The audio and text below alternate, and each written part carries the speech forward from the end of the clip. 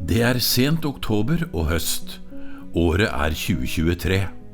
Det 3 uker siden terrororganisasjonen Hamas trengte gjennom et grensegjerde og angrep flere steder sør i Israel. De drepte over 1400 personer i alle aldre. Før de tok med seg over 200 sivile gisler, som de har til hensikt å bruke som bytte for palestinske fanger som sitter i israelske fengsler. Denne fredagen har den israelske ambassaden innkalt venner av Israel til en markering i Vigelandsparken i Oslo.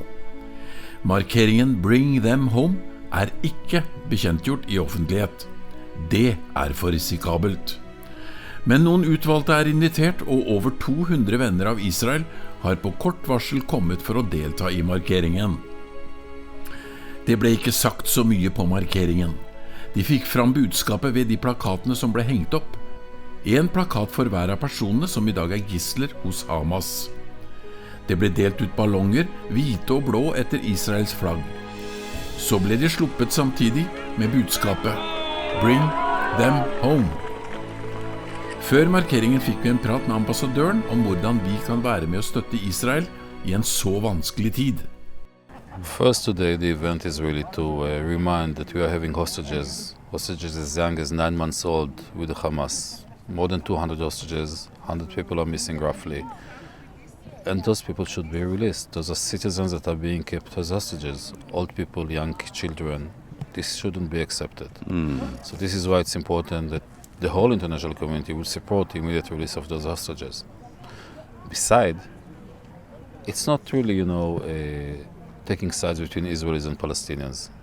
This is taking sides for humanity and against the ultimate evil.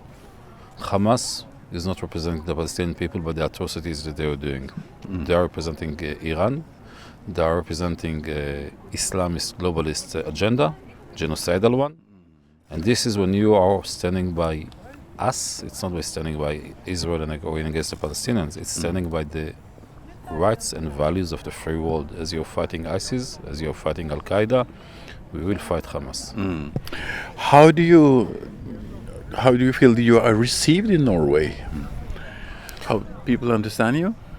Well, different type of reactions in different places of the society. We are very happy that we're having many friends over here in Norway, many friends. But on the other hand, we're saying that some either don't understand us or some are taking positions that shouldn't be accepted, supporting Hamas. And this is very sad, because no one should support such atrocities as burning down babies, raping women. How can we support you? By what you're doing the whole time. Saying that you support Israel, that you're against atrocities, showing your support publicly, showing your support on the media, showing your support by writing to your starting member and saying that Norway and other countries should take side, again, not against Palestinians and not necessarily for Israel, but sides against the ultimate evil that was taking place. We are facing atrocities, we are facing crimes that the Jewish people are not facing since the Holocaust. And now the result is not only that we've been attacked, not only that we had such terrible massacre of our citizens, you're seeing a terrible wave of anti-Semitism all over the world. This shouldn't be accepted. Israel has to go into Gasa to fight against Hamas, and that will sometimes affect the civilians. Is it difficult for you to explain why you have to go in there? There's no other way. We cannot continue to live next to those monsters. They are behind the fence. They are not in Afghanistan, not in another continent. They are behind the fence. So we cannot continue to have the situation that we had before 7th of October. This cannot continue. So we have to eliminate the capabilities of Hamas, both military one as well as the government of the Hamas. We don't want to harm any of the Palestinians. This is why we're asking them. We don't force them. We ask them to leave Gaza City, where Hamas is hiding in an underground city, full underground city that they're building over there, headquarters under the main hospital of Gaza. We're asking the civilians leave Gaza City, because this is the battlefield that is going to be. The battlefield will be in Gaza City. We ask them to leave to the southern part of the Gaza Strip. It's not going to be comfortable, no doubt. It's not going to be comfortable. Living in tents, living in shelters, it's not going to be comfortable, but it's going to save their life.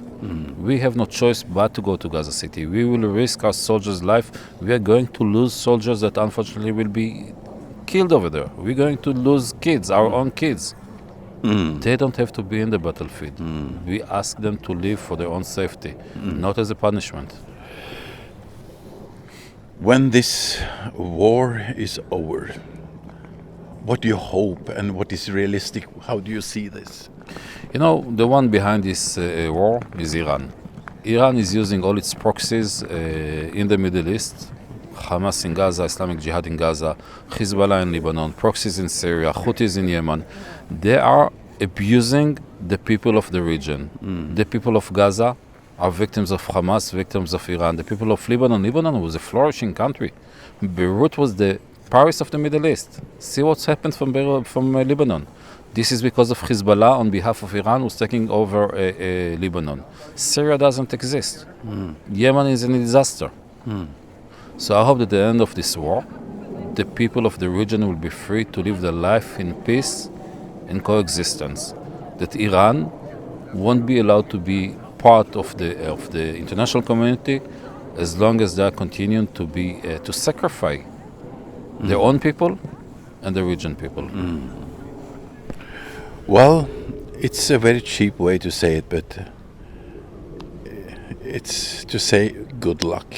It doesn't. This sounds very cheap. You understand what I mean? This is so serious. I understand, and I appreciate the support. And I appreciate the support of your viewers and the whole Christian community in Norway. It's important for us. It's warming my heart, and it's, as I said, much appreciated. The people said to me, we will pray together for you, with you, and we hope and we pray that this will be a good ending. Thank you, and God bless you, and God bless all your viewers. Markeringen Bring Them Home ble arrangert på kort varsel.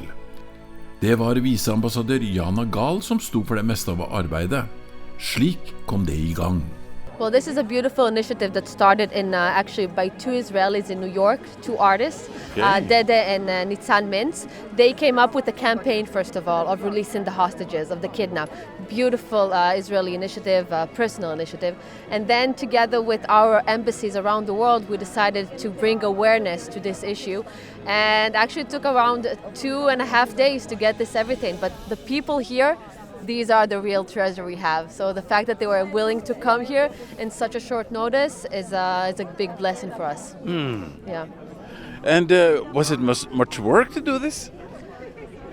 I think every minute since October 7th is a minute for us to understand how can we work, how can we support, and how can we assist, especially as being so far away and having to mourn, but to still support and to still to strengthen our own families that are still in Israel and going through this hell right now. We hope that these people will get free. Yeah. What do you think is going to happen next now? I think the point of this campaign is to raise the awareness. This is the most important thing. This is the real humanitarian issue right now. First and foremost, release the hostages. These poor civilians from the age of 9 months, till 86, taken from their homes, from the safety of their beds. This is the humanitarian issue we need to discuss now, and then we can discuss anything else. But first, we need to bring them home. After the October 7th massacre, this is the message. First of all, bring them home.